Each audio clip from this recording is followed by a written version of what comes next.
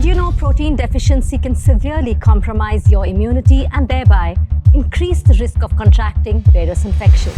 Proteins are not only lacking in the Indian diet, but often overlooked. So are there any side effects or risks of eating these high-protein foods? Everyone thinks that to be healthy, you first need to exercise. Unfortunately, that is not the ideal situation.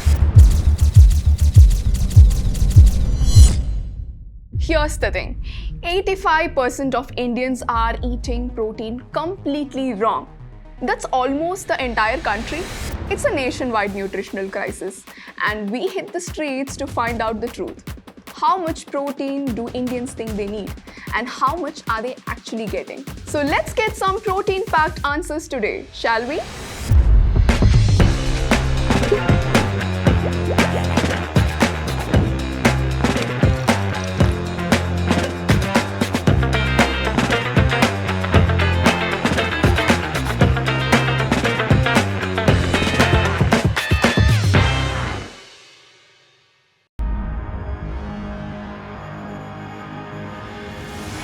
We went on the street and asked people something they know, but maybe they don't. How much protein do you think you need in a day? Ideally, 1 gram per kg of body weight. I think around 100 grams. I'm not sure about the numbers, I don't know. Turns out most people don't even know. And the stats back it up. Surveys show that 8 out of 10 Indian diets are protein deficient.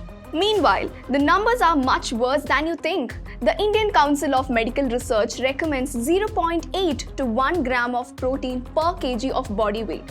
But Indians only get about 0.6 grams per kg on an average, much lower than the recommended 48 grams per day. How much protein do we really need?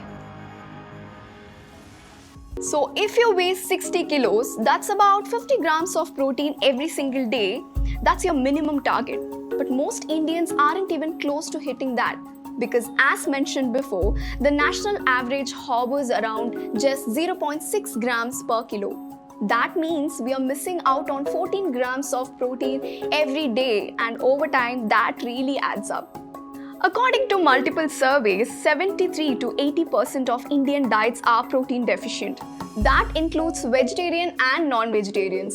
Even among the meat eaters, 85% aren't getting enough, which tells you this isn't just about what you eat, it's about how much. This protein shortfall affects everything: muscle strength, energy levels, metabolism, even your mood. It's not just about gym gains. One study showed 71% of Indian adults had poor muscle health due to low protein. That's 7 out of every 10 people, and more than half of Indian children show signs of undernutrition. That's a red flag for our future health. And what's causing this gap? It's not just about skipping meat. It's about relying too much on cereal-based staples. Around 60% of the protein in Indian diets comes from cereals like wheat and rice, but these are incomplete proteins. They are low in digestibility and lack key amino acids your body needs for repair and recovery. Even dal, which is a great vegetarian protein, usually gets paired with 3 rotis or a pile of rice. So even when it feels like a full meal, the usable protein may be way lower than you think. This is why understanding protein quantity and quality is a game changer for health. With better protein choices, you feel more energetic, sleep better, and recover faster without making huge changes. But do we even care about protein? Where do we think we are getting our protein from? What do you eat for protein? So I mainly eat chicken, but I like to have fish and prawns sometimes. I usually eat eggs, but I like to eat chicken or mutton. I'm a vegetarian, so I only eat dal for protein. Wow, now here's the problem. Foods like dal do have protein, but they also have a lot of carbs. In fact, dal is mostly carbs. Combine that with roti and rice, and what you're getting is a carb overload with a very little protein to balance it out. And protein-rich options like chicken, fish, lamb, and even vegetarian options like paneer are not consumed regularly, even though clearly we need them the most. Protein isn't just for gym bros or special occasion guys.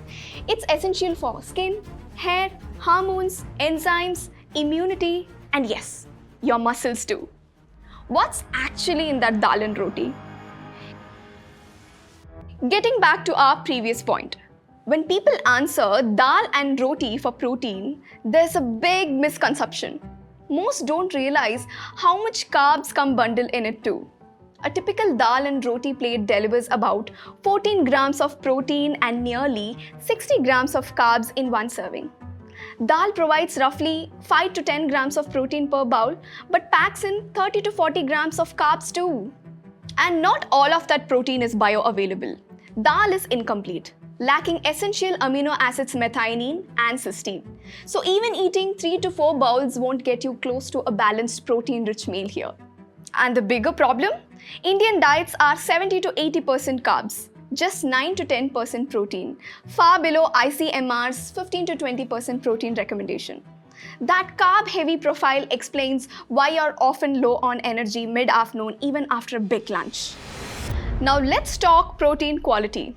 Plant proteins digest at just 70 to 80% compared to up to 91% for cooked egg or chicken. Animal proteins, egg, chicken, mutton, and fish offer complete amino acid and higher digestibility per gram. Milk contributes 68% of animal protein in India, with meat at 11%, eggs at 6%, and fish around 13%. But affordability matters. Chicken and eggs are best value, whereas mutton and fish cost more, limiting frequent consumption. That means many choose milk or pulses or occasional eggs, missing out on regular meat variety essential for strong nutrition. To fix this, you need smarter pairing. Mix plant and animal proteins consciously throughout the day. But do people know this? Or do they think protein isn't needed every day? And if you think eating meat every day is healthy, then stay tuned for our next video.